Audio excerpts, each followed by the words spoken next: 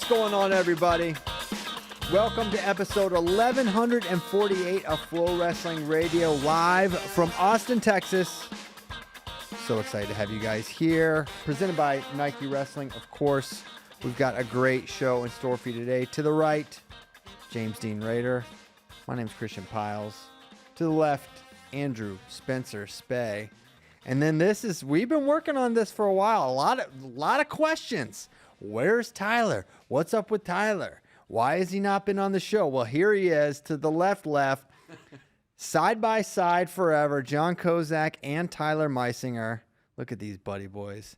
Now, Tyler, a lot of people are asking. I didn't think people would notice so quickly that you haven't been on the show because, Fargo, you were gone. We hadn't had a really normal cast other than last Tuesday. But everyone quickly was like, wait, CP finally kicked Tyler off the show. Is that what happened? By that, I think you mean like two people on Twitter. Two people on Twitter. Yeah. No, I am going to be focusing more on YouTube videos now. That's kind of the goal. And to do that, I needed to take time from other places. And it's something I'm really excited about. It wasn't any bad blood. There's no conspiracy here. Did you misappropriate funds? I did steal from the company. No, I don't know. Like, it's kind of rough right now, but because it's just now starting. But the goal is to hopefully get a new YouTube video up made by me every Friday as of right now. Yeah, I put up that Fargo Black Market one last Friday. We got a Bachman Bros video coming out tomorrow. Ooh. So stay on the lookout for that. And no bad blood here. Yeah, and you can come say hi. Maybe when you have a new video, you can come on and talk about it. Mm-hmm. Tell people to watch. That would be great. Yeah, that'd be a good idea. A little clip. Well, we'll see if we can squeeze you in. Another return of Teacup. Yeah. Tyler, what would you say to people that saying there's no conspiracy theory is just a cover-up for a conspiracy theory? To that, how do you break down a conspiracy? The thing about conspiracy theories is they're self-sealing. So no matter what you say, people just want to lock in on them. So really, to those people, there's nothing I can say to you. Believe the crazy stuff you want to believe. When does your Epstein video come out? Release the files, Tyler. Have we ever denounced him on this show? Yes. Okay, good. Okay. Yeah. Yeah, no, in all seriousness, I do have one question about the whole explanation and all the videos that you say you're going to be doing. Yeah, allegedly. I don't believe you. That's just what I believe. So I'll wait till more theories come out from various places, and then I'll make my own decisions using facts that I myself collect, not what I'm hearing from you. Did you consider reading Tyler's shirt and then doing what it says? It says, "Believe in me who believes in you." And that applies to Spade, doesn't it? Well, I still haven't done my own research yet. So yeah. All right. So I just wanted Tyler to come on and say that. People are saying in the chat, release the files. Yeah, we got to release them. I'm working on it. Right now, this is the best I can do. But no, very exciting stuff. Letting Tyler make awesome videos is a good idea for a media company. So we're going to let him do that. He was great on this show. But Kozak's going to be great in the side piece role, as we've come to call it. Yo. So that's the Coldplay role. Wait, guys, do the Coldplay thing. hot seat. Do the thing. Yeah. Okay. I know. Go to the camera. No. Bye, Tyler. All right. Tyler's going to release a statement. All right. Yeah, HR needs to. Tyler's the head of HR. No, Tyler's the head of HR in that scenario. Oh, that's right. That's right.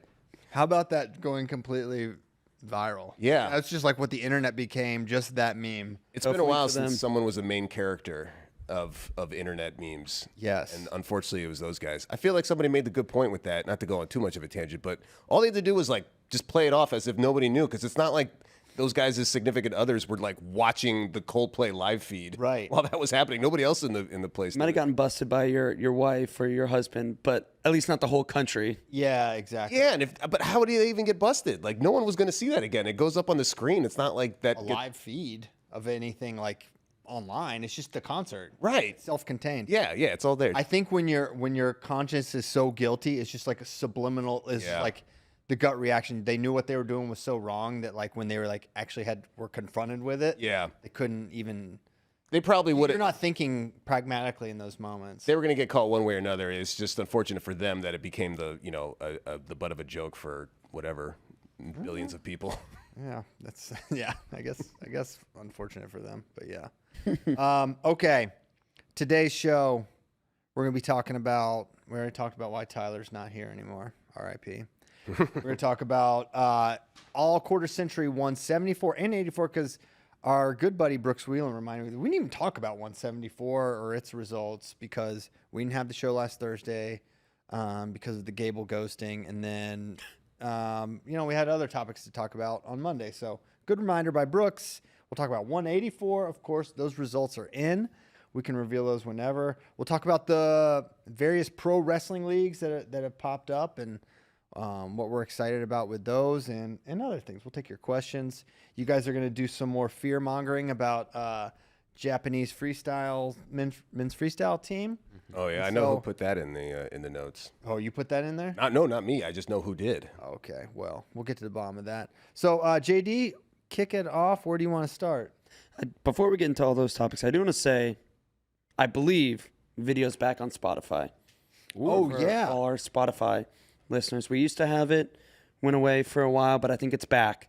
Let's go. You know what's now. cool? So you can watch Tyler and Kozak, if you are on Spotify, literally do the Coldplay Yeah, that's fade away. and that's big. Coldplay fade away. I would say and a cool thing about this is really a tribute to you guys. Spotify actually reached out to me and Flo directly, like, "Hey, you should take advantage of this. We want your podcast to be Mr. on." Spotify?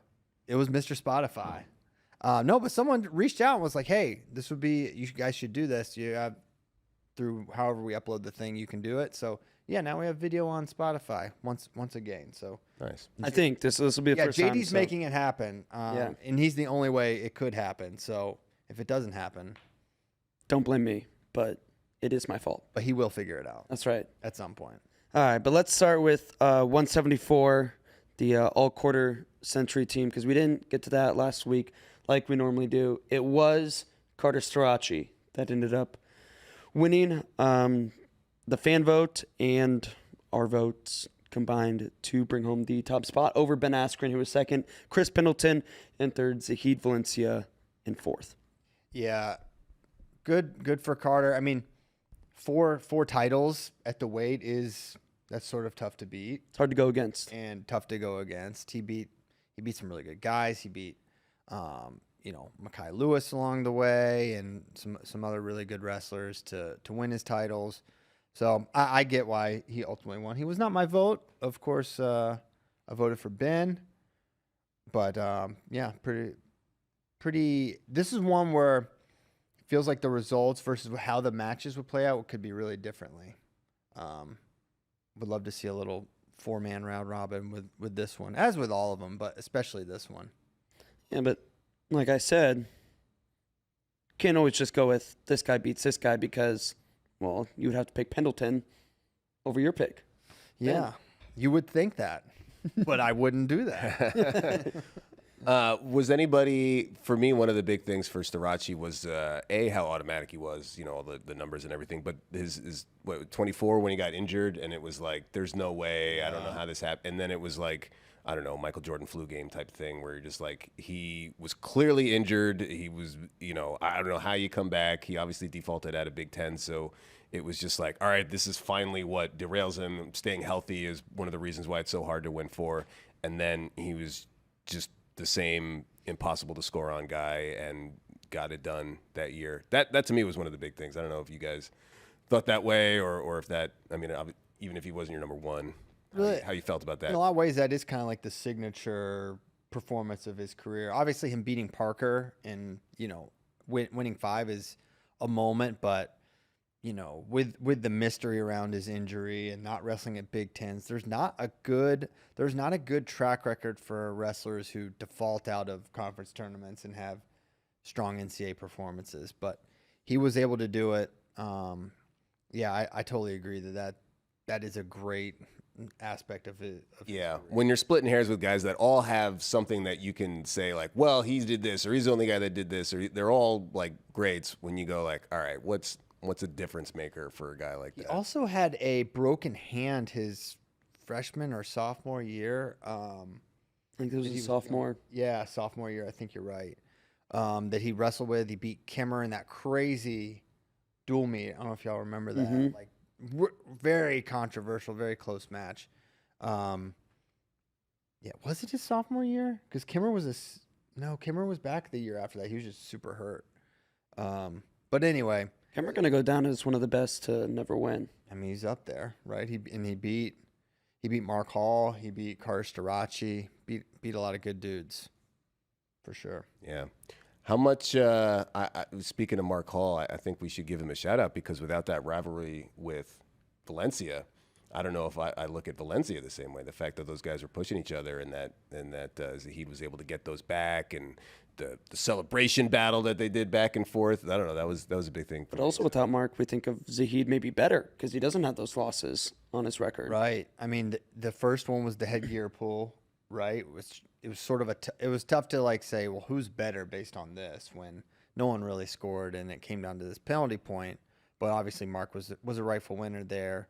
And then Zahid kind of sort of turned the tables on the rivalry after that. But Mark still got one in Rec Hall. So yeah, definitely.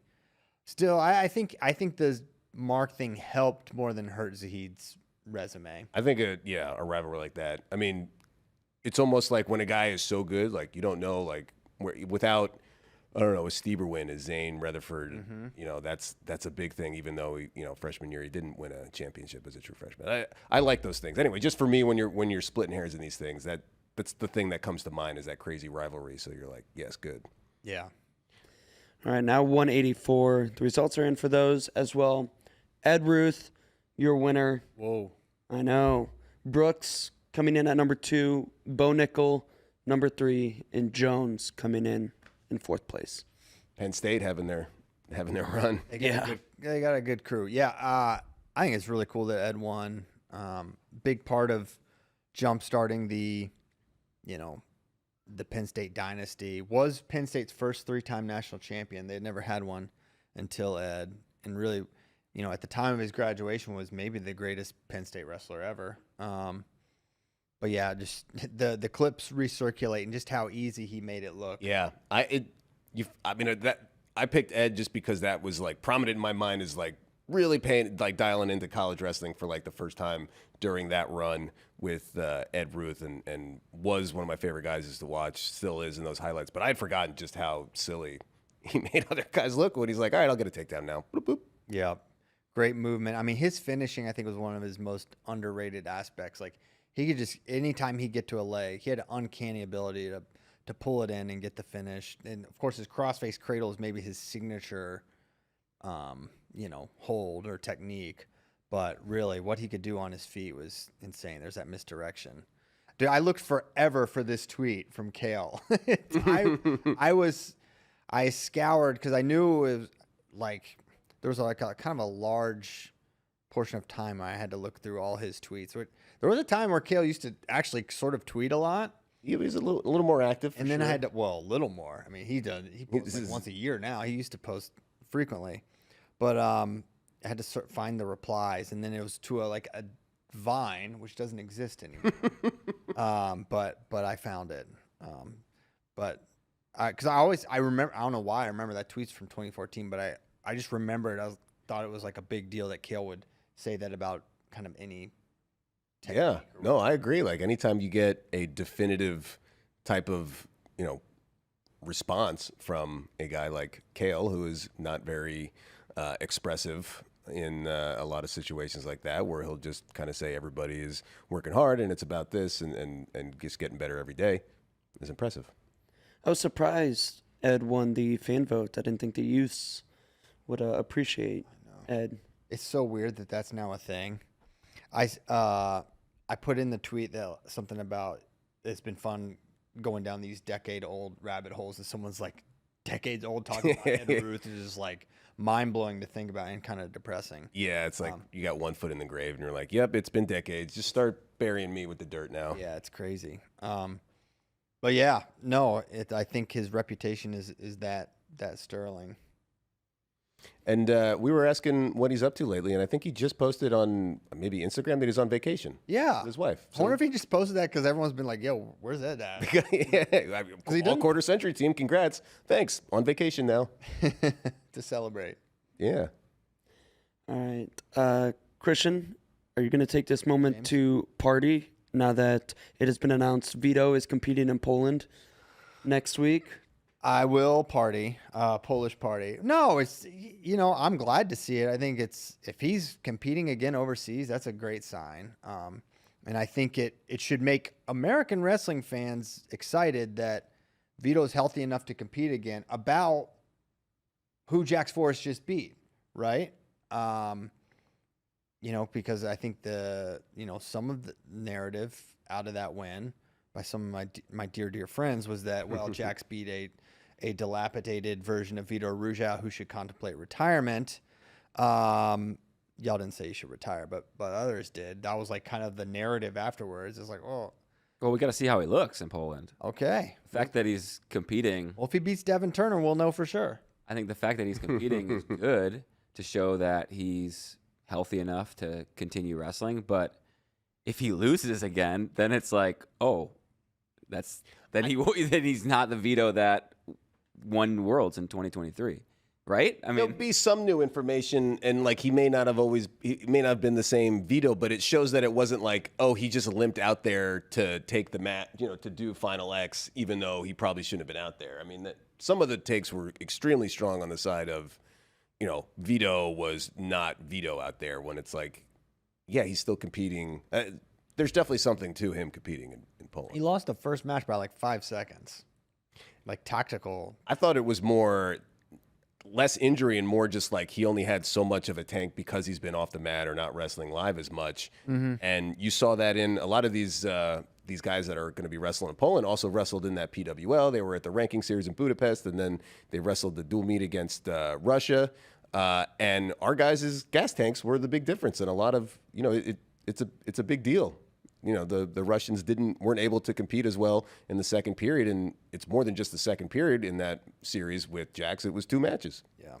I hope Vito isn't injured and he's potentially furthering this injury, kicking it down the road more. Like, if he is actually injured, I would hope he would rest, get 100% healthy, and come back, because American wrestling is in a better place when Vito is 100%. Yeah. To me, him entering says, I need to wrestle more. Mm-hmm. yeah. I'm fine, but taking the better part of a year off was not good for my wrestling performance. I need reps, and I think it's just as simple as that. Yeah. There are so few wrestlers that can go an extended period of time off the mat and still wrestle at a high level. When David Taylor was making his ascent from like a guy who was battling to make world teams to the best in the world, he wrestled so much. All the from time. 2016 to 2018. He was like one of the most active wrestlers in the entire world. The same with Jordan Burroughs in his early years. He wrestled a lot. And so like I think the frequency of, or the infrequent competition of David Taylor and Kyle Dake makes us think like, oh, the best wrestlers don't wrestle that much. It's like exactly the opposite in the international scene. So it's great that Vito's wrestling more. Yeah, the difference for them in Vito, because you could say Vito ascended to the same level as him. I mean, he won a world title and was in a medal match the next year as well. The difference probably would be age. Like, Vito was a little bit younger than them by the time they were like teetering off and only wrestling twice per year. Even though Vito was already a world champion, David at that point still, after 2018, was competing a lot, and for Jordan in 11, like they were competing a lot post-title, whereas Vito didn't. Well, partially, not really didn't. He was doing folk style after he won his first world title, and then took off Olympic trials because 57 is not reasonable for him, and then came back. So maybe not, but hopefully we see him on the mat more. Yeah, like JD, I also think it's better if Vito is not injured, and I hope this to me says more that like he extended or he delayed Final X not because it's like he's hoping a bone heals in time or something. It's just the more time he has to prepare, the better he's going to be. So he's going to take advantage of that ability. And then what Kozak and we're all saying is that he needs more time on the mat, and hopefully this is just him getting back up to old Vito and not. Things just need to heal a little more. What do we know about this field, John? Nothing right now. All right. Sorry. Devin. I can look It's real not quick. a, And see if I He's can going to find get Devin Turner round 1. Yeah. Whenever we send 2 people to some of these random tournaments, the Americans always hit round 1. If I had my computer, I have the Polish wrestling site saved, but Yeah, it's I don't know not how a to ranking navigate. series, so we don't get Yeah. information from UWW on entries, and you have to find a YouTube stream versus it's not going to be on Flow. Let me see if I'll look and see if I can find that. Ziolkowski's usually pretty good. I think it's been a ranking series maybe before a while ago, but it's and they have I think all 3 styles there. The women's Bringing a bunch of women. yeah, our women's roster is like numbers 2 through 3 in every weight. All these women were in the mix at team trials in the Open, so good to see them getting some extra experience. And yeah, I think it'll be a good tourney. Let's talk a little bit about all these new wrestling leagues that are popping up. You've got RAF, Claw, CWA, PWL, even. Just kind of what do we know about these at this point right now, and do you think it's good for wrestling? I don't know when. I know a little bit about Claw's like plan and their distribution. I know RAF is August 30th. Yep. I don't know when the next CWA is. RAF just announced Dake versus Aiden Sinclair, which I think could be a little more competitive than some people are giving it credit for. I think it'll be closer in score. I'm not giving Aiden a shot to win this match, but I think it can be competitive. Aiden was kind of competitive with Trent Hidley. Like that was like not a throwaway match. And Trent looks like a world champion right now, up at 92. So I don't know. I think this could be a pretty good bout. Yeah, what I like about Real American Freestyle is they're putting emphasis on these matchups, and they're doing their best to create some interest in it. It's a very tough thing to do. We know from putting on wrestling cards and having seen so many over the years that it's you got your diehards, your junkies like us, and people watching FRL right now. They're pretty dialed in, and they're going to talk about it. But getting a bigger interest is tough. But as wrestling fans, we hope it all, goes well and is some cool stuff. They also have Bo Nickel versus Jacob Cardenas. I think that could be interesting. I would like to know a little bit more. I know they said it's freestyle. It's obviously right there in the name, but I think they said it's 3 2-minute periods, so they get an extra break. And I don't know if there's any other modifications or what else is going on. I'd like a little bit more information about the wrestling and a little bit less about just how it's going to change the game and all other stuff. I hope it does. I hope it elevates the entire sport. But a little bit more info on Real American Freestyle would be good. Claw is interesting because there are a lot. They got buy-in from, I don't know, it's 6 teams. They're doing the dual meet thing, and there's 8 guys per team, and they had a draft that was recently in Atlantic City that I think was on Flow and a couple other platforms. And the fact that they're getting so many guys either out of semi-retirement or right out of college or whatever, it's just good that, hey, something's happening. It's also a little bit different in that they have a very different set of rule sets. So you got freestyle with Real American Freestyle. Claw is like a hybrid, and there's pylons involved. And I don't even want to try to explain because I don't know exactly how. Basically, on top bottom in Claw, the bottom man can score by like crawling and hitting a pylon. You can like score that way. And and now it's more. You don't have to escape, but it's like folk style top bottom in other ways too, I think.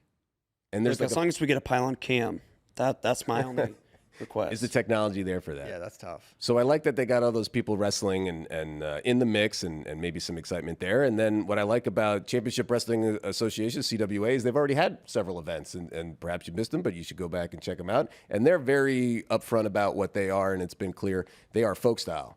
It is, let's get folk style fans and college wrestling fans to see more folk style wrestling. And they got another card coming out. I gotta look it up, but some interesting matchups that I saw in there.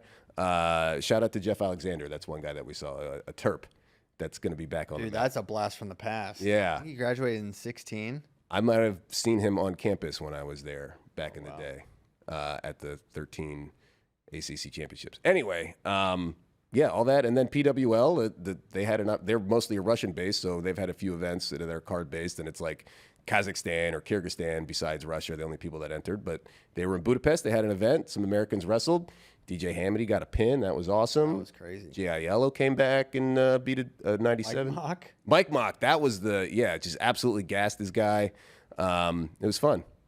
It was. I mean, Luke's match was maybe one of the better ones too. He was right there to win that match.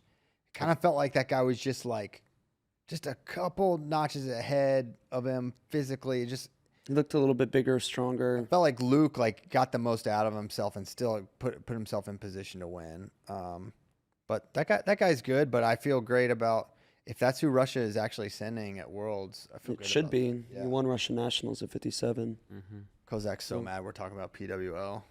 No, I love PWL. Just kidding. Yeah. Get you in. I mean, it shows that Luke is like, we have him ranked, or I have him ranked number 5 in the world right now.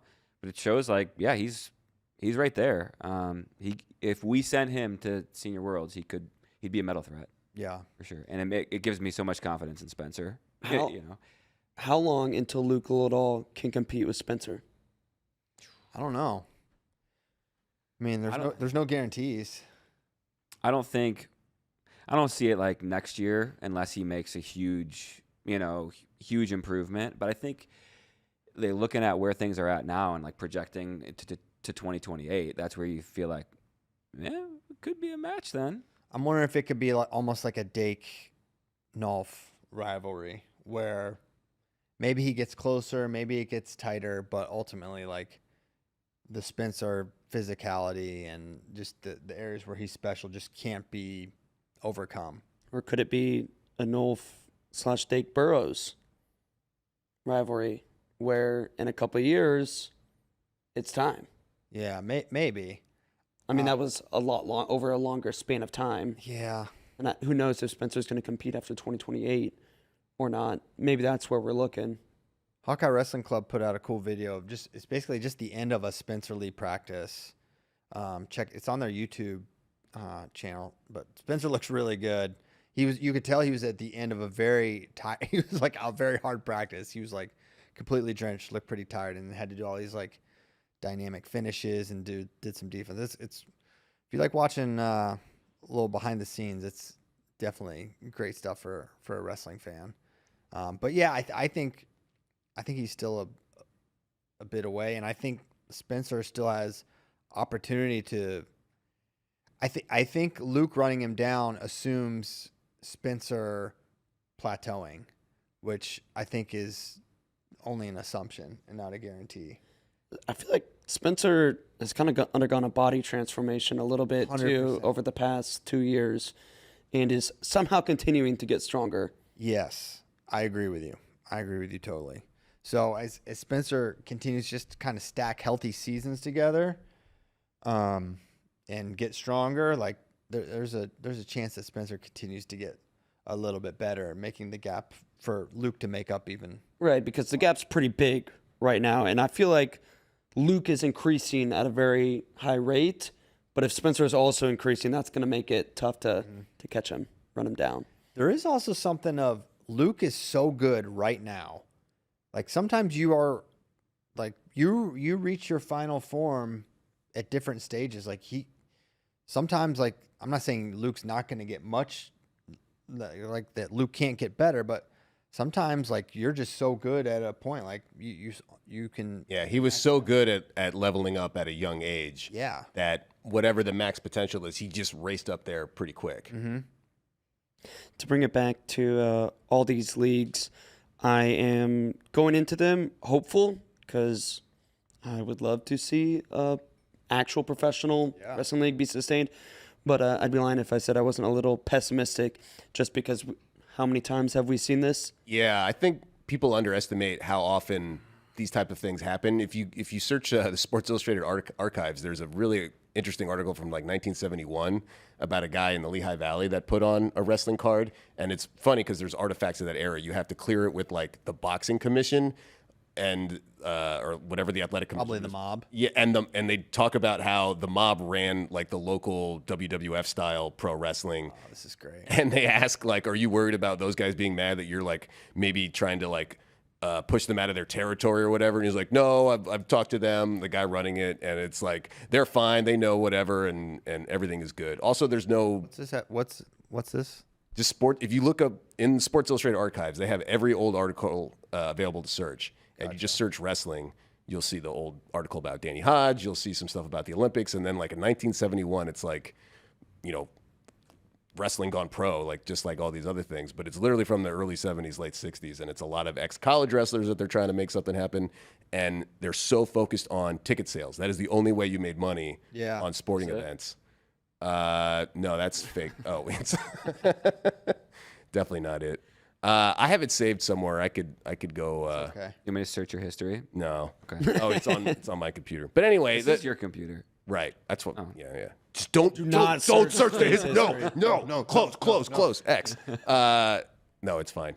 But anyway, yeah, like that. This has been a thing that's been going on for a long time. It's not new, and it's hard. It's just a niche audience. So we all hope to see the best because It's we're wrestling fans. extremely tough for any Olympic sport to break off from that chain, that grip that the Olympics has, and become their own separate thing. Even track tried to do something. Michael Johnson tried to do his own thing this past summer, and everybody was super excited about it. He was talking about all this money he's pouring in and how all these runners are going to get paid, and they did like one event, and They did 3, canceled the 4th one. It's a whole saga, Yeah. but that's a great point. All that stuff. Also forgot Wrangle in the Wild, the Hidley Bros in Mifflin County. They're on Wrangle in the Wild number 4, I think. So It seems like the only professional matches that have worked so far are like the ones that are like the super matches that the fans really want to see after the Olympics or after the World Championship. So like when we did Leono, it was like, okay, this match, it makes sense because people want to see it. It's cross weight classes. It's, 2 of the best guys in the world. And so that's what I'm curious to see if any of these leagues can like conjure up interest where there's currently just not interest where it's at. And it's like, that's the unfortunate thing about wrestling is like, it's so centered on college and the highest of level, like world championships or Olympics. And so that's just like the state of where wrestling is at in America right now. Well, in manufacturing the stakes, look at the wrestleback rounds at the U.S. Open.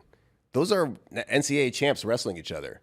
And we don't even talk about them. Like, it's just kind of like those are matchups that are just as good as any card you're going to put together. And it's just hard to generate that interest if it's not on their path to making an Olympic team, making a world team, and then winning gold. And that's, I think, one of the barriers Real American Freestyle's running into right now, where their first event is 2 weeks before the World Championships. So, who's going to want to compete 2 weeks before you have to go compete for what you actually want? Yeah, it's cool that Real Woods is going to be there, but can you give them a matchup that's going to make a lot of interest in there? And maybe I think they're going for more of like not the niche fans, but everything else. And I hope they bring in 1 million fans. The more people watching wrestling, the better. So. And if you're listening to this show, you're probably not in that category, but it's kind of a cry to people who call themselves wrestling fans. It's like you're a wrestling fan, but only for the top 2% of athletes and fans, where you're not going to care, tune in if it's not number 1 versus number 2 in the world, or even if it is, but it's not at a weight you care about, or with a legend. Like you don't tune in, you don't care. And, I'm a hardcore fan, and I even sometimes fall into that category too, where if I go, I've seen this match before, or what did we learn from this? Well, who cares what we necessarily learn? Sometimes it's just about a great wrestling match. Yeah, it's hard to get that hook. This is a great opener. Is this the article you were talking about? Yeah, you found it. And up with true blue, down with masked villains, and up with true blue professional collegiate wrestling. It was a great idea, but the people stayed away in droves in Allentown, Pennsylvania last week. Unfortunately, I can't read the article. I've never heard of people staying away in droves. They sometimes arrive in droves, but all the droves were not in Allentown. They're everywhere but Allentown. Well, if we don't have that, I'll bring in. So after I started talking to this about this article to Kyle Klingman, he went out and got a hard copy, the official copy of the magazine from the Sports Illustrated thing, and just handed it to me the next time I saw him. So I have a physical copy of this, and Well, thank goodness. I'll make sure that we all get to read it. Okay. One place that sounds like they're doing great with money, Penn Wrestling, just got a $20 million donation. Do good things with it. Good to see the University of Pennsylvania finally getting some money. Those Ivy Leagues finally catching a break. No, it's awesome to see the commitment not to just a giant institution like UPenn that has plenty going for it, but specifically for wrestling. And I think what EIWAs were there pretty recently. They have good facilities already. So if this is going to be an upgrade, it's a good time to be a Quaker wrestling fan. Yeah, absolutely. Very cool. Curious to see how it will materialize, like how it will actually benefit the team. I feel like Penn is a program that's had nothing but good news off the mat about it, right? But it hasn't turned into like elite NCAA success. Like they had one of the best RTCs for years, but seeing the correlation between that and the NCAA results haven't necessarily been there. They're a solid program for sure. Yeah. But does this get them to the next level? Does this get them to, being, I'm not even going to say equals with Cornell, but even just competitive with Cornell, right? Which is kind of perennially not just the top of the Ivy, but the top of, towards the top of the NCAA standings as well. Yeah.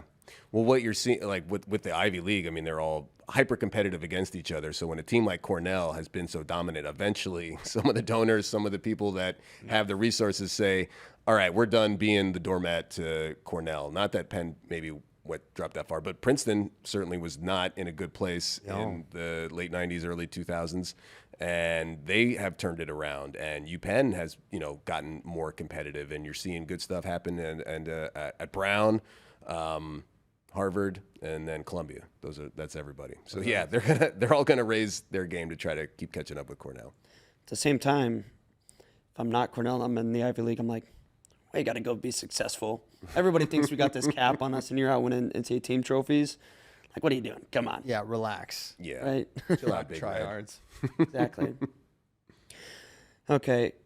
In our new World Championship rankings that Kozak just released, Japan Propaganda. is ahead of Team USA. Well, I'm shocked. Christian, are you nervous yet? No, this is better. This is even better. This is better than I could ever have dreamed. Because it's going to be so beautiful. What happens with Team USA? This is what you Croatia? dream of at night. This is what I think about. Japan has the lead on paper, and then the U.S. overcomes them. No, I didn't dream about that. But no, I think it's great. I mean, where did Japan make the big jumps, or where did Team USA fall, Jonathan? So Japan jumped at 74 with Takahashi beating Big Sulk and David Carr. Easy dub. So Next. Not worried at 74. So 74, he's currently #2. Perfect. So he gained like 10 or 15 points there. David Carr is #3. And then I think at 61, Suda went from 6 to 4, and then Vito was #1, and I only have Jax at #5. Yeah, he only beat him twice, so I get it. You got to move him slow. Mm-hmm. But Suda beat who? Ulu? Suda beat Ulu. Yep. That's enough. Mm-hmm. Zhumashbek. Who is Russia One going to guy send beat- if Sidikov's not healthy? Sorry. Ganeshov, who won Russian Nationals. Younger guy. Keegan beat him a couple years ago. Yeah. Was that the Cradle?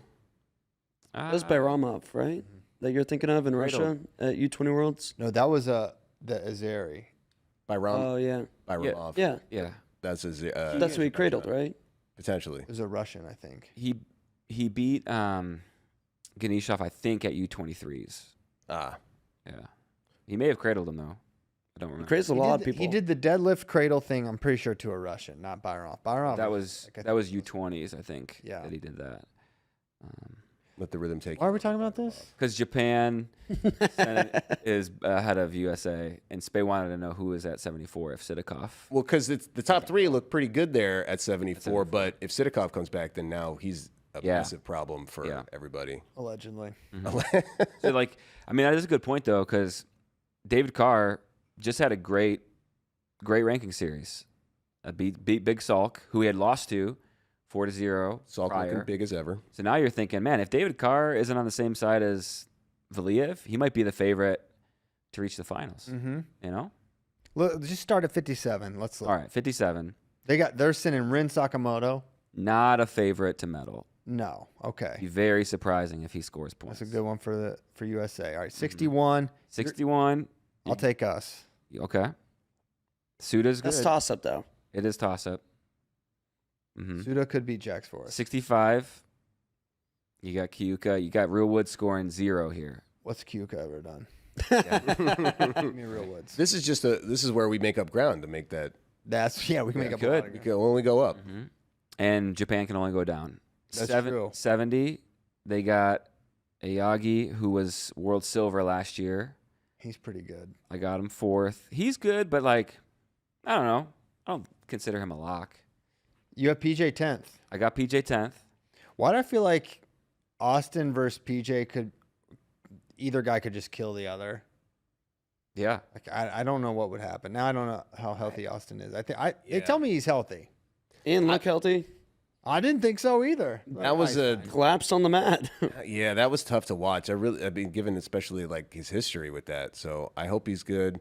He's scheduled to wrestle in the Real American Freestyle event. I don't know Yeah. if I would do that, but The I'm not a August coach. 31. You would not wrestle Lance Palmer. I would not wrestle on MMA, dude. All right. Coming Well, out. the thing that's weird Unlimited is, weight. Christian, you said Stinger, and then Austin. He said no. is like, Well, "No, okay, not I'll just really." tell you. His dad said he had a stinger. Yeah. So I said he had a stinger. He's like, no. Could have been both. Okay. It's not a Stinger. Yeah. All right, well. Maybe he calls it something different. This is a pretty wide open weight. I feel like. I mean, I'm a big is our Nizar Creed weight? Ahmed Aliyah fan, but Oh, you never know what he's gonna do. he's a little streaky, and so- Kazirik was like, what, a U20 medalist in 19 or something, and then was kind of Yeah, he off just the killed map. Andonian. Yeah, That happens though. Andonian. Yeah, that's Yeah, Bryce love Bryce, but he can get absolutely slaughtered. he was there to put on a show, and unfortunately, it didn't go his way. Yeah. 70, it's really deep, but like I wouldn't feel good about picking any of these guys to win. Yeah, You know, You'd take a field bet against any of them, Mhm. pretty much. give it a Like All right, so we're the number making one up. guy, Kazirik, he was not really on the radar until he won Russian Nationals. Obviously, when Russian Nationals, you're really good, but he's not a young guy who kind of bursts onto the scene. He's been around for a while. So you putting that much faith in a guy who had one good tournament performance? Oh, so far. a journeyman guy that somehow got better out of nowhere. Interesting. Okay, seen emoji. this one Question All right. emoji. so 74, we kind of already looked at. That's easy dubs. 79. 79, Japan's guy is not good. Yeah. And I feel like Levi can medal in this field. It's gonna be tough, but It's a lot of good guys. Right draw. But yeah, he got his hands on Kugi, felt that. Next time, it's going to be different. Usmanov is the top dog for sure. Yeah, we need to avoid him at all costs. 86, Easy. so we could gain points here. Nuzahid. Who's a heat, but still really, really good field. 92, feel really good about Trent. Oh yeah. Who's Japan guy? They got the other Ishiguro, who's not as good. Yeah, he could go barbecue for sure. 97, Yoshida's ahead of Snyder. This is great. Yeah, So, not for long. This is work. This looks so awesome. We can make up ground here. And then heavyweight. Again, though, very draw dependent. Yeah. Like if you get like an Olympic draw. Snyder, even still, like he's gonna be top 5. Yeah. I mean, I have to look I at. just mean if, you hit somebody, you end up like a 92 scenario last year at Worlds where you lose to a really good guy, but then he has Tezudinov next.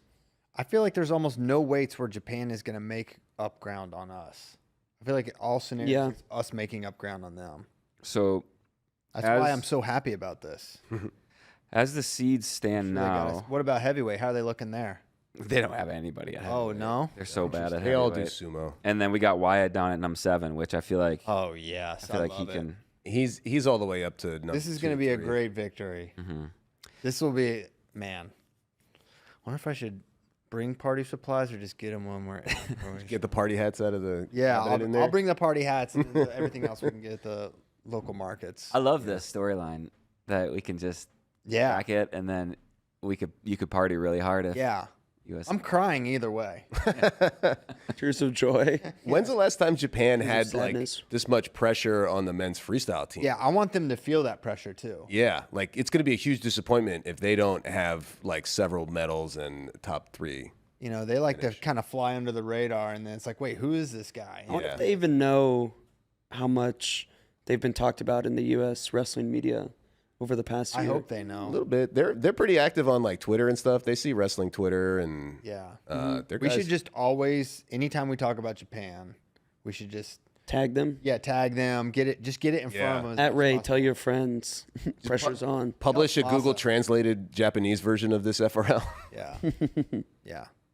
All right. This is great news. Thank you. Thank you for sharing that. Thank you for doing those rankings just like that, Kozak. This is all setting up for the greatest September of my life. All right. Before we get to questions, I want to take a moment to talk about our friends at Nike Wrestling, Athlete PS. Nike Wrestling offers. I have said this Nike Inflict 4 is my favorite, but Nike Wrestling offers so much more than just elite performance footwear. With a team of world-class designers and apparel experts, Nike Wrestling can service all your team outfitting and event merchandising needs, from design to product to on-site execution. Contact Team Sales at athleteps.com. Team Sales at athleteps.com to get started. There we go. And I saw a lot of these in action in Fargo for the first time. And I'm not saying it made all the wrestlers that had the inflicts on wrestle better, but None of them lost. it seemed that way. Didn't make them worse. Exactly. No, they did look slick out there. So go check them out. All right, Kozak, let's get to questions. Question time? Please. All right.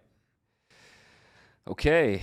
We got first question from Landon A.T. Org.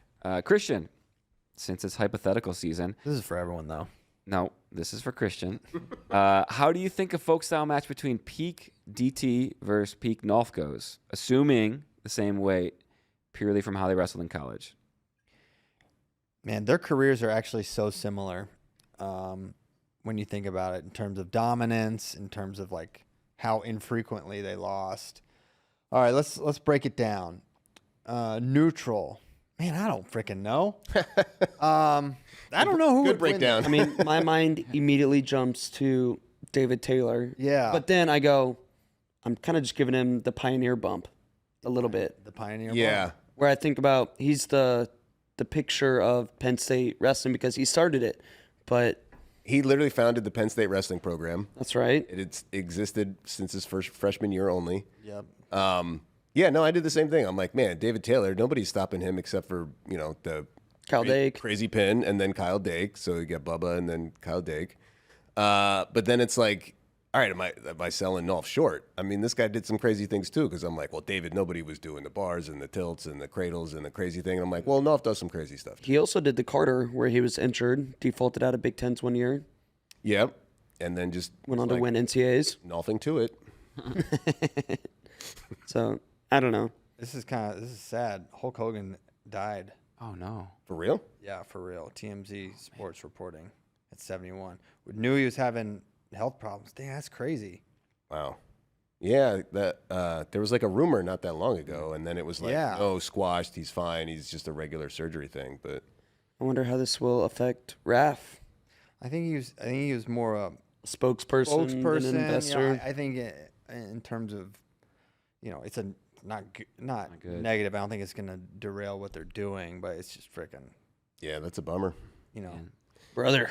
Yeah, well, as dude, Ozzy and Hulk, two Oh, yeah. iconic reality shows. we didn't do our Ozzy Osbourne tribute section. You said I would be denied that opportunity, but yeah. I ate a burrito in right. honor of Ozzy last night. Did you bite the head off like like it was a burritos? cat? Yeah, he loved burritos. Oh yeah, there's the scene where he goes into Chipotle and he's like, "This is just amazing." Yeah, big influence on both of those guys. Big influence on a lot of people, my generation and even older. Can't believe FRL dropped the Hulk Hogan news and the OJ news.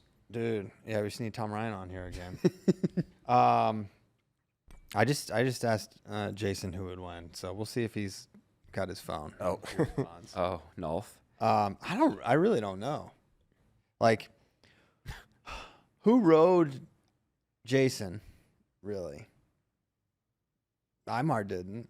Yeah. He got away from everyone his entire career.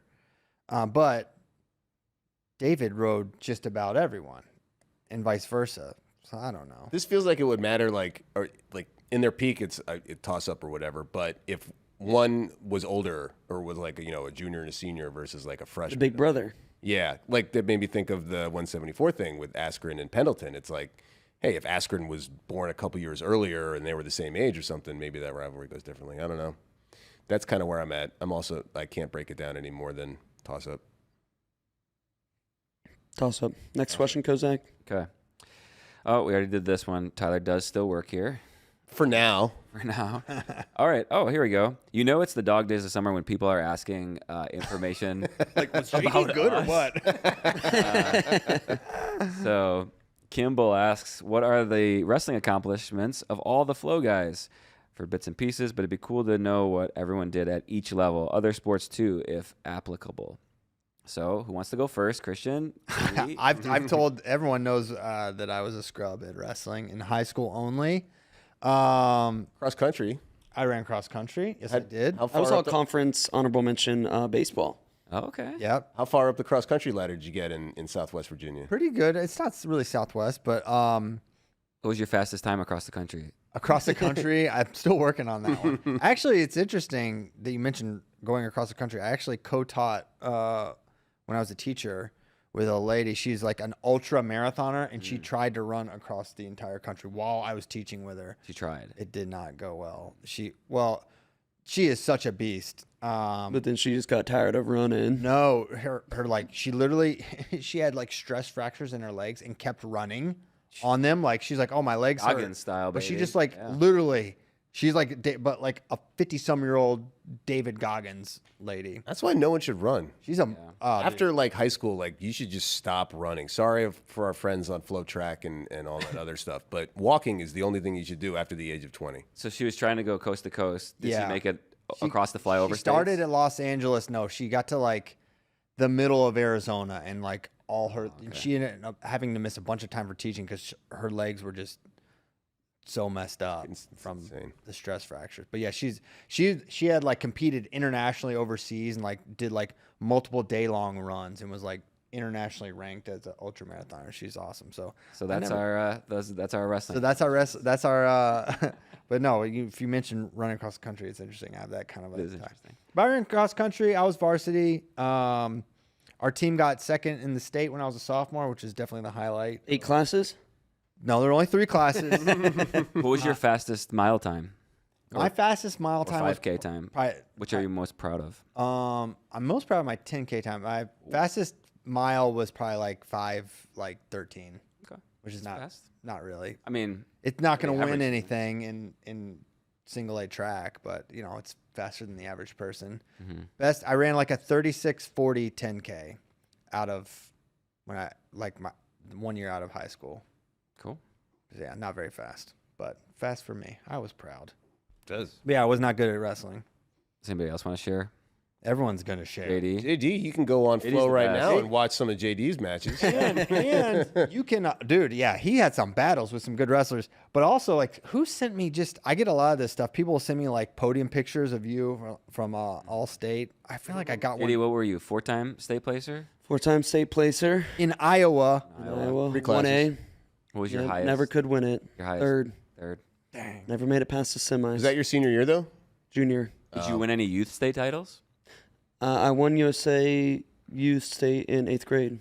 Dang, that's pretty good, man. Yeah. Actually, one and in that bracket was future All-American Bryce Steyert, and I have used that to transitive property my way to a win over Sedgelive. There you go. Oh yeah, you and Tyler did You that and one day. Tyler Meisinger have wins over Sedgelive if you Yes. follow the transitive property. I think So I I think beat I did Sadie also Cakes. over a high school from a high school win, but I had to go probably many more levels deep. Yeah. Any other sports? JD, you said baseball. I played baseball for 4 years in high school. You can do it in the summer in Iowa. Yep. You guys are Mhm, different. it's a summer sport. Yep. I did football for 2, the classic freshman and senior year. Oh yeah, the impulsive senior. I got talked back That's into what it. I did for wrestling. I was like, all right, I'll wrestle. These dudes on the cross country team, like, I just sandwiched it. Now, well, 1A in Iowa, it's small. It's not exactly hard to make varsity in any sport.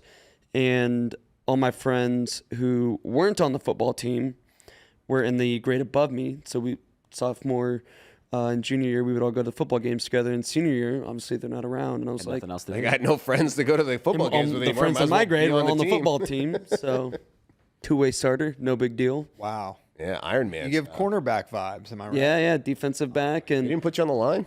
no. I Nose guard. did play nose guard. Was that 8th grade? Or maybe freshman ball? I played nose guard a little bit. Pretty fun. Not going to lie. I'm faster and quicker than a lot of small school Iowa centers, believe it or not. Yeah. I believe that. A little And long snapper. And Askren was a famous nose tackle as well. Yeah. In his football days. There you go. Spay, 2-sport college athlete. That's right. I'm a retired two-sport NCAA athlete. No big deal. Yeah, got Division III, so never got like recruited anywhere big. Football may have been a better sport for me. I think I got the most out of what athlete I would ever reach like through high school, and then I kind of hit that like, you know, big time recruits or like actually elite athletes, and I hit that ceiling and was like, I'm never getting above that. But I think I did pretty good. Was like all conference in football and wrestling my senior year.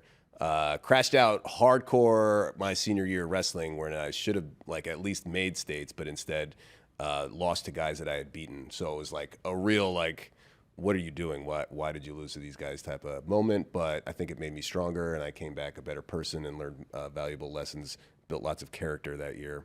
Also built a lot of character my senior year in high school on the football team when I was the captain of the football team. And we went 0-10. So now let me finish that story. Yeah, I really enjoyed football, and in a different team, maybe would have like tried to get better and actually compete in college. But college was too many distractions, as they're known. And that was the end of my career. Like school. Oh, take a look at this. Yeah, JD, I don't think mentioned that he also wrestled Division II, Nebraska Kearney. Oh, yeah. Five-year backup, baby. Yeah. Look at that flow. People forget I was a backup. Logo's position crazy. athlete. Lettuce all coming out the back. Oh, yeah. Yeah. Doesn't quite look like that anymore. Little A thin red up shirt top. junior. That was right before you interned at USA Wrestling? Yeah. It would have been yeah. And what is the slogan for the town of Jewel, Iowa? A gem in a friendly setting. Yeah, very nice. Who wouldn't want to move to Jewel? That's right. Beautiful. 515. Great place. Nice. Rozak? For the greatest Division II two-sport program athlete as well. there is. I Nebraska was Kearney. Yeah, I actually played 3 sports in high school, only till my sophomore year. I quit football after sophomore year. Most tackles on the JV team for the HF2 Falcons. But I played baseball a lot. I liked baseball a lot more than wrestling growing up, and I wanted to play baseball in college. And then I stayed at 5'6", so the opportunities Before weren't- Altuve. Yeah, was the opportunities weren't. I didn't pursue them too much. I took 5th in the state my senior year Michigan. in Michigan. I made the semis, and then I lost to a kid that went to Michigan State and licked himself like a cat. So both not good things. What? What's his name? You have to. I don't want to say his name. Well, we can all look it up. So His name was Nick Kaznowski. okay, and he beat licked me himself like a 5-0. cat. And he would spit in his hands, and then he would rub himself all over his body. Yeah, I don't know if it was like a mental thing, like he was trying to get in my head, but that's what I like it remember. worked. Man, I want to Because wrestle a it's- guy that's yeah. got his own slobber all over Yeah. himself. He rode me out. I couldn't get off bottom. I almost semi-slid, but I took 5th. So Close call. Hey, you win. You end your career on a win. ended That's my big. career in a win. And then I played baseball at a small Christian college in Pennsylvania. I was an NCCAA Division II All-American honorable mention. That's pretty good. That's what's up. There we Did go. you get any looks from? You know, a couple semi-pro. No, I didn't get any looks. Yeah, Played in a few summer leagues, American Legion ball. I played a lot of summer ball. Didn't wrestle in the summers. Didn't care to. Quick rundown of the other Flow people. Bader was a 4-year starter at Missouri. Pretty good. He was really good. Tyler, of course, could have been an NCAA champion for all we know. That's right. He was somewhere between an NCAA qualifier and NCAA champion for Michigan. We will never know.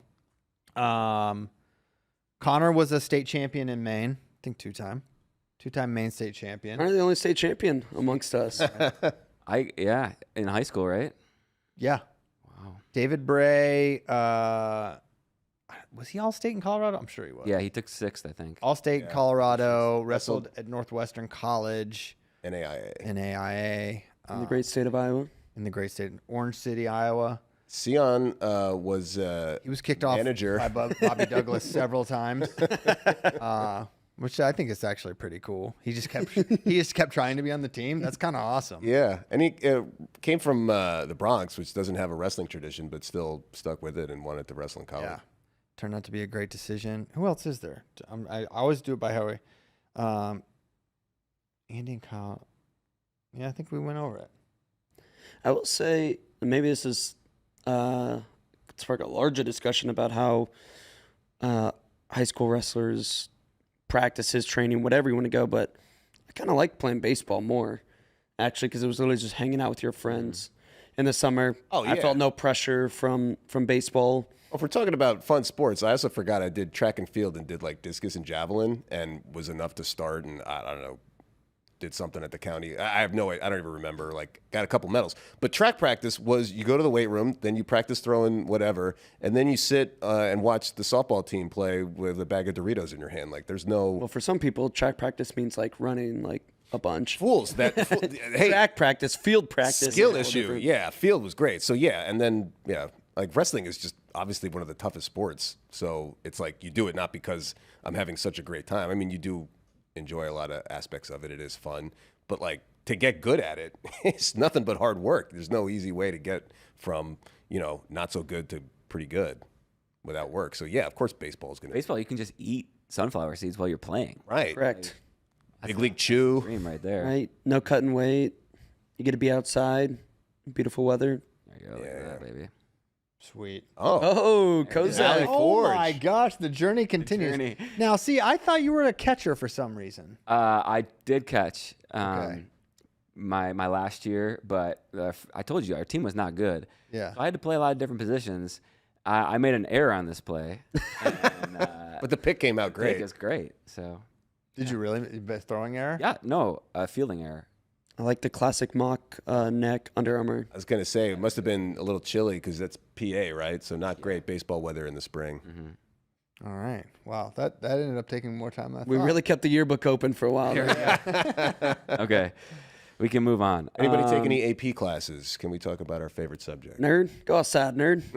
I got time for your useless comments. Okay, let's see. What do we want to do? Oh, all right, Christian from Collie Club. Which coach is on the hot seat going into next season? You said you like this question. I like this question because I feel like it's just like doesn't really exist in wrestling. Hot seats? There's such a small number of programs where a bad performance could get you fired. I really believe that. I think if you keep the GPA. training on the tracks and everything's okay, it's pretty rare to find yourself in any kind of hot water. I'm trying to think of the last. I don't even want to get into who maybe the last coach to get fired for poor performance. I agree, though. This is a lot of like college football fandom Yes. thinking. It shows up every now and then when people look at rankings and like, well, if you win, you move up. If you lose, you move down or something. What you're used to in college football, which is by far the most popular college sport, does not translate to wrestling in a lot of different aspects. This Yeah. is one of them. That's the only reason I wanted to answer that And the only program that has had a large public off the mat issue is the team that also is having the best performance on the mat. So I don't think Kale's on the hot seat. one. Yeah, not I at would all. agree with that. Not on the hot seat. Confirmed. So who's on the hot seat? Yeah, nobody. Nobody's on the hot seat? No hot seat. No, Tyler was on the hot seat, but you Yep. saw how that ended. Yeah. I know. We got the seats are hotter at Flow than they are in the Division One wrestling ranks. Wow.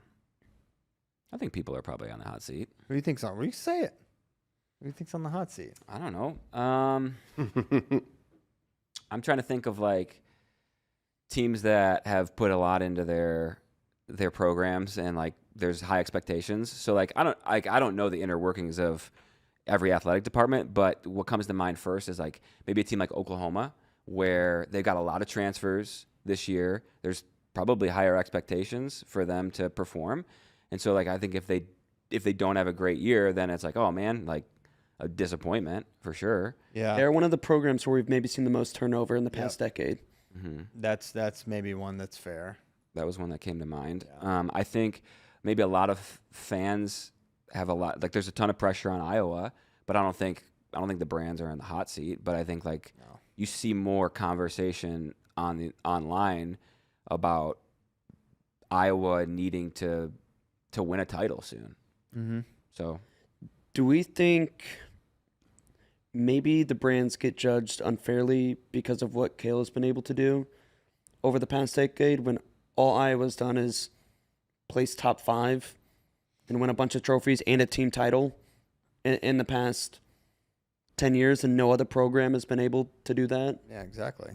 Yeah, absolutely. That's true. So I think they get going judged a against- little unfair. They're going against a juggernaut. Yeah, and I think that is kind of the hot seat as people normally think about it. Like I don't know, the Knicks go to the conference finals and then the coach gets fired anyway. It's like you're gonna get hired and fired based on the performance of the team that's sometimes out of your control at like the big money pro teams and college football or whatever. And it's just going to be different in wrestling. Whereas if you just have your team, if you're just leading your team well and everybody's doing what they're supposed to, and you don't get the exact results that maybe the expectations were of, like, there'll be maybe some tough conversations with the AD, but I think it's just such a different environment of, D1 wrestling and pro sports and college football that it's tough to be like, oh, he's on a hot seat, given how people understand that term. Do you think wrestling will ever get to a point where it's like football, where the majority of head coaches were not as good as the athletes they are coaching? Probably Well, not. No. Yeah. It's just so baked into wrestling culture. Like, if you're good at wrestling, it gives you a leg up on all the candidates to be a coach.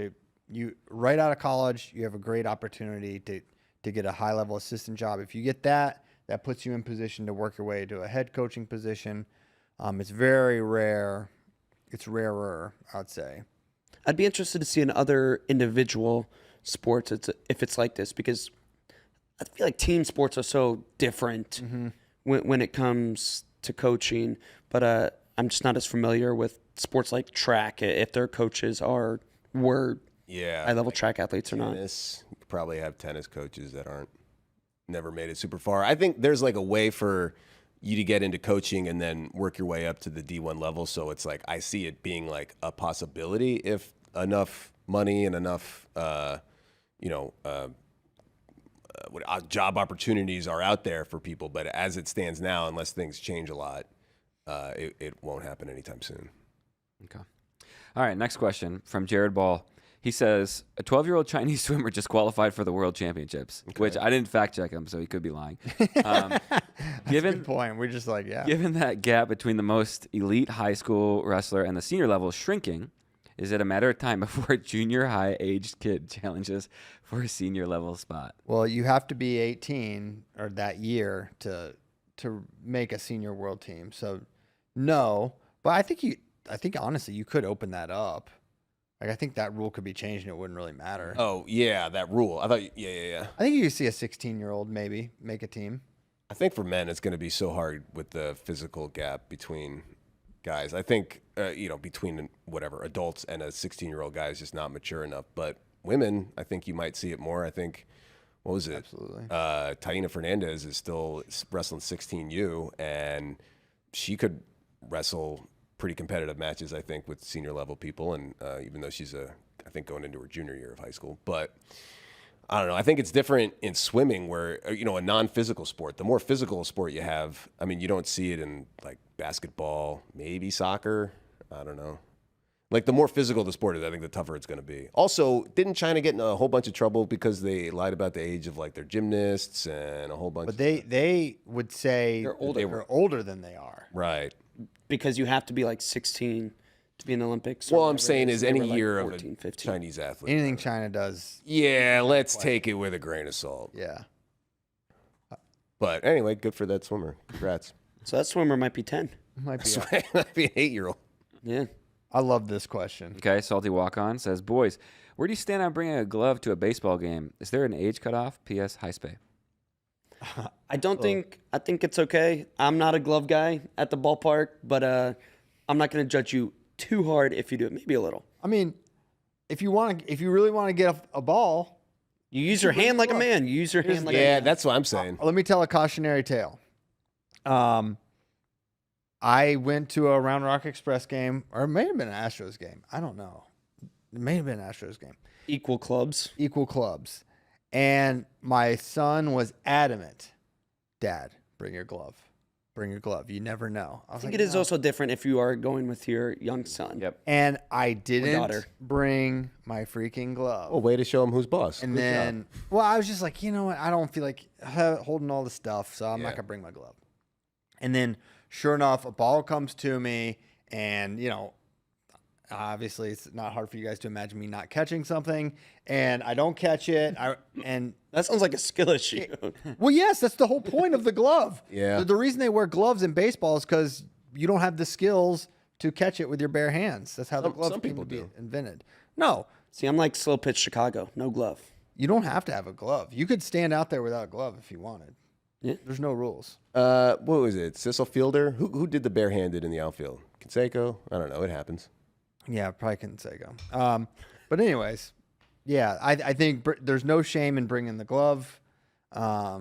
It's obviously cooler if you just catch it barehanded. That's where the shame comes in. There are scenarios when like It's kind of a try hard move too, Jim Harbaugh. if you get that's why I kind of like it. I thought Jim Harbaugh was so relatable in that moment. Yeah, and you're wearing your cleats to the game too. That's probably what he does That's not necessary. in the khakis. That's not necessary. But it depends on the ball where you're sitting. Like, all right, if the only way you can get a ball is like a looping pop up, then it's like, okay, maybe you don't need a glove as much. But there's some areas where like it's gonna be like a literal laser. But then if you don't get the ball, you don't get the ball. I'm saying if you are over 21 and you go to a baseball game and you bring a glove, you're getting made fun of by your friends, period. End of story. 21 is a hard If cutoff. you go to Aaron Judge's potential record game, like our friends Andrew Bray and Andy Hamilton win, I bet they had their gloves. You catch that ball, it's a multi-million-dollar investment. I'm still making fun of you. right. Catch a Is it worth multi-million it? ball. You Is and it the worth it? 60,000 people that are there, you're going to Coolest be the guy. move is to catch it in your beer. Yes. Draft, yeah. That's what I'm saying is it's so much cooler to have a beer in your hand and catch it with your bare hand or goes in the whatever. Like there's no way a glove is worth it to catch the ball when you I mean, can do it. what? But who cares? What? So, Spade's gonna make fun of me because I have Yes. a glove, Exactly. and that's gonna just reduce me to rubble. I didn't say it should reduce you to rubble, but won't be that's reduced. that's the question is should you bring a glove to a game? No. If, you're an wanna adult, you bring a should glove. Bring a glove. No. If you want to do something that's If you want to be a dork, be a dork. yeah, like, Who cares? They don't define you. Bring a glove. Okay, well, we differ on that opinion. I'm saying no adult should have gloves at the baseball game. That's a pretty Even obvious the one. players. The players are the exception to the rule. Do you wear a helmet to a football game? Yes, that's legit. That is not legit. Yeah, and I wear receiver gloves too and shoulder pads. Wristbands. Yeah. I feel like if you wear a glove, you can't be too serious about it. Yeah. It's got to be like, oh, it's a fun thing, You're not putting whatever. on eye black. But like, you're not like. I'm also out always there every- using my hands Yeah. to either consume a hot dog or a beverage or something like that. It's just gonna lay then on the if it- ground, and yeah, then if when it's you just need laying it, on the you're ground, not gonna there's no use That's it. point. the real issue, and this is a great have to wear it the You entire have to wear it time. the entire time for it to. Yeah, for it to forget work. that noise. Last time I was at a baseball game was with our friend Ollie, and guess what? He got a ball without bringing a glove. Yeah. Don't need one. I'm gonna ask the You chat. just took it from a young child. No, some big guy. red pause. Well, some guy that maybe could have caught it if he had a glove, didn't get it, and he got it on the bounce. Interesting. Mm-hmm. Yeah, that's the real challenge with the glove is you basically have to have it on all the time, or you have to put it on every like 20 seconds. Yeah, who's living that life? I guess if you're far enough away, theoretically you could have time to grab it, put it on, but you're not gonna be able to keep your eye on it. You can just go to the store and get a game used ball and just buy it. You don't need to bring a glove. Where's the thrill? Okay. Well, the chat's they're gonna get to the bottom of it. They're gonna vote. I'll let you guys know. Next question from Slink: who has the current best neutral offense in wrestling? I would say Ono. Maybe This is good. Zahid's up there. So he's got a He's lot, Like one-time stingers. and just like variety of neutral attacks, ways he can score offensively. I mean, that makes me think of like Jax Forrest. He has so many ways to score on his feet. He's It's- kind of it's venturing crazy. off to the past year from just his slide by or his carry. Like I feel like against high-level competition 2 years ago, that's what he was hitting. Didn't see that as much. Like in the Vito matches at the U.S. Open, you still see it, but it's not like that's what he has to hit to take down the highest levels. He is starting to expand his arsenal. If we're talking college, Meyer Shapiro, Yeah. his neutral offense is insane. It's insane. Yeah, Messenbrink, right? Maybe not as varied, but he's on legs and just shooting all day long. Good one. Yeah. Internationally, big Tasman. He's not that diversified, is he? He does that double quite a bit and picks. I feel like he's got, for a big man, he's got For a big man, true. so like different tools where it's like, he's got Sadulayev guessing what's going to happen. Right. He's just a permanent threat in all positions. That's where I think about him more than offense. Just like wherever he is, it's a scoring opportunity. Yeah. Okay. Old Sadulayev, not new Sadulayev, but Yeah. 2016 Sadulayev, 86 kilo. Yeah. He had a lot more now. It's just like chest wraps, counters, maybe the occasional fireman's. Mm-hmm. He would be so much smaller than current Taz, though. Yeah. Yeah. All right. Kevin Mulder asks, or he says, you mentioned favorite wrestling memories. I'm surprised you didn't mention Gable's gold medal in Tokyo. Was that because there were no fans? Does that at least rank in your top 5? Absolutely. Oh, that yeah, I was mean, it's towards the awesome. top for me. You can go back and watch Spaze and me and Kozak's reaction live on air. Yeah. Yeah. It was weird because I was just screaming by myself. Andy Hamilton probably thinks I'm insane. And then like Rich Bender is like 40 feet away, but no people. There's like no one there. It's Right, just empty. us. Yeah, definitely. I mean, for me, I was like, that's like the greatest match I've ever seen. Absolutely towards the top. Pick a day, I'll have a different answer too. Like, Yeah. that was really freaking special. It is a bummer. Like, no fans, like they're live, so that makes it a different type of thing when you're watching it. And then B, it's Tokyo time, so it wasn't like you could get everybody together for a prime time like live event, and not that there'd still be a small select group of wrestling nerds, but you would still have more people there. Like you could gather more casuals. Yeah, there was some kind of a delay, and I just remember you could watch it live, but if not, there was another way you could watch it, like program, and they said, hey, we're showing this at this time. And I remember calling my brother, Wes, and be like, cut it on, watch the Gables Olympic final, and just didn't tell him anything else. And like, just remember him freaking out. And then I told, and then I ended up texting Katie, I guess. I was like, hey, film Caleb's reaction to watching this match. Just don't let him see you're doing it. But and then he just like he literally like ran upstairs, ran back down, took his shirt off. It was awesome. Yeah, those are fun moments. Yeah, absolutely. All right. Real Avery Lynch. He's Great. giving his sleeper picks. Great question. Which isn't a question, but I think he wants to know our sleeper picks as well. I like these because these are deep sleepers. Yeah. So deep sleepers. For what? Like podium? Title? They're sleepers. However you want to interpret sleepers. But Avery Lynch is awake for them. Mm-hmm. Yeah. Jaden Bullock bounce back would be interesting. I don't know what happened last year for him for Michigan. He had a lot of momentum going into 2024, and then I don't think he qualified, which is insane. Zargo's interesting. Tag had some nice wins. I think he beat Happel and someone else good. Yeah, I like these. Yeah. Brody Conley from West Virginia is his 174 pick. That was a guy who the road trip Tyler and I went on a couple years ago. I got eyes on his freshman year at West Virginia, and I was like, I like this guy. This guy's going to be really good. And then he did not have the year I thought he was going to have. So he could be a guy, maybe. They've got a good night. What's their 97? They're gonna, or maybe he's an 84. I forget his name. You know what I'm talking about? I know who you're I think he talking gave about. Serber a really good match. Yeah. Man, I can't think of his Sorry, name. Bracky. I do like these just deep cuts of anybody. Oh, just knowing names like Ian this. Bush. He's going to be 84. Yeah, like him. Tucker Hogan at 197. He might go on a run now that For Hulk. Hulk has passed. What about Hulk Hogan? West Virginia has him, I think, right? Yeah. There's more Hogans. Yeah. Dang. Do it in honor of Uncle Man. Hulk. That really sucks. Yeah. What the heck? Max Mayfield and DJ McGee are two qualifiers that it's good to have those names on your radar when you're looking at results, when you're looking at matchups and stuff. Good calls, I think. I asked Jason. He said, "Get me on FRL." Right now? I don't think right now. Speakerphone? But you know, Call him, speakerphone it. Yeah, you could do it. I'm gonna say Monday. Monday. Let's do it proper. A proper FRL. Yeah, I mean he lives here. He lives here.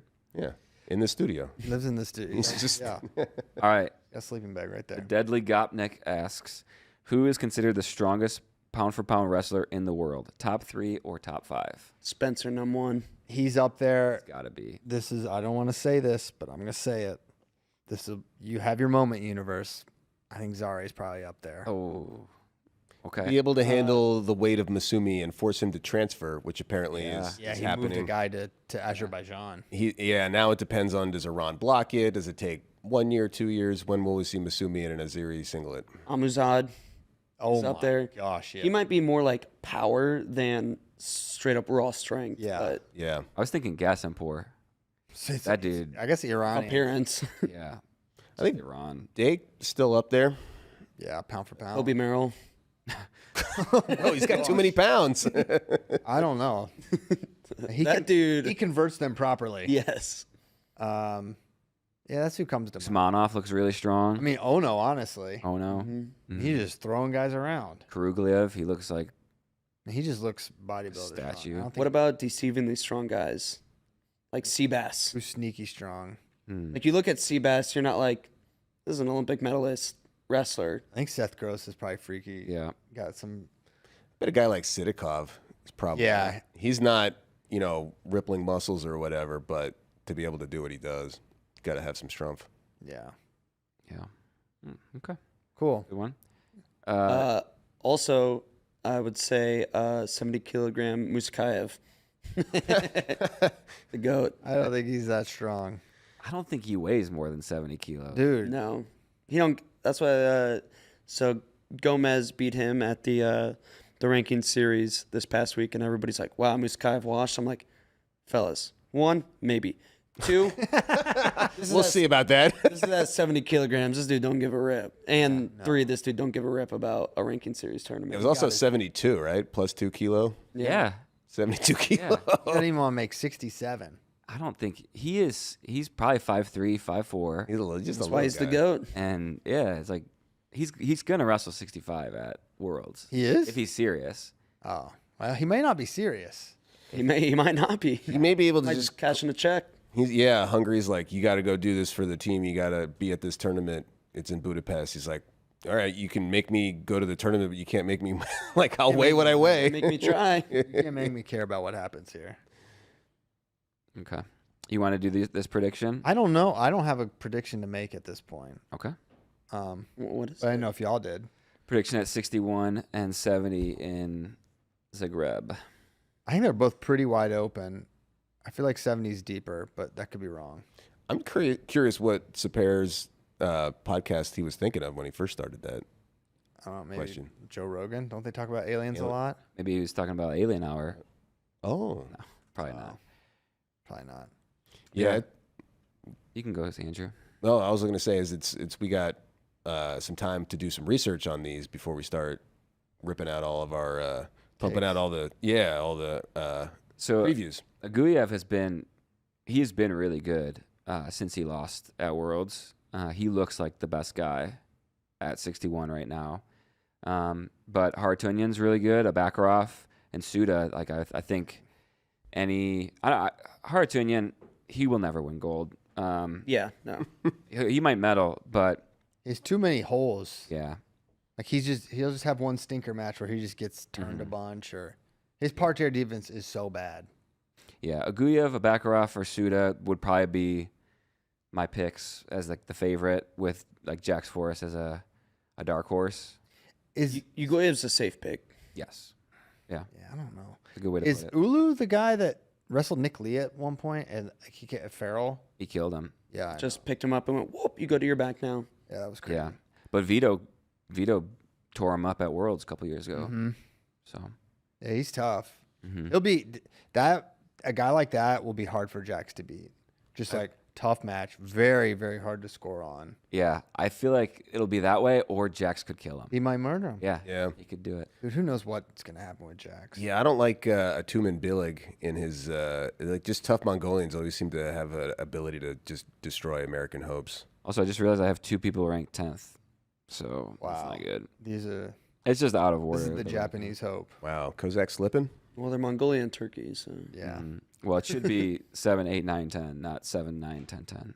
I like 7, 9, 10, 10 better. Okay, we'll keep it that way. It adds a little mystery. Yeah. All right, Jason's coming on Monday. If he breaks my heart like Gable, Oh, they're too different. I know where he works. You're not paying for the last lesson for Caleb. That's right. Man, That check is bouncing. Yeah. that's good. Cool. Is he going to do a deep dive on how the match would go against him and David? I think he would probably do that. Yeah, Yeah. All right. Want to get out of here? we can do it. Is Yeah. it Thursday? It's Yep, Thursday. Okay, last day of VBS. Last day of VPS. Yeah, as you guys know, the First Baptist Round Rock. My children and Kozak's children have been at VBS all week. Mhm. So, anyways, we're gonna get out of here. We'll be back Monday with Jason Nolf. We're just booking guests on the show. Oh, you don't need a booker for this show. No, I would help. You wouldn't say no to it, but Wouldn't say you no don't to it. need one. No, not necessarily. Thank you guys so much. Thank you to our friends at Nike Wrestling. Make sure you're checking them out, getting some gear, get all the Nike wrestling stuff you need, get your team outfitted, etc. Thank you to John, Andrew, JD, and we'll be back Monday. We'll see you then. Thanks, guys.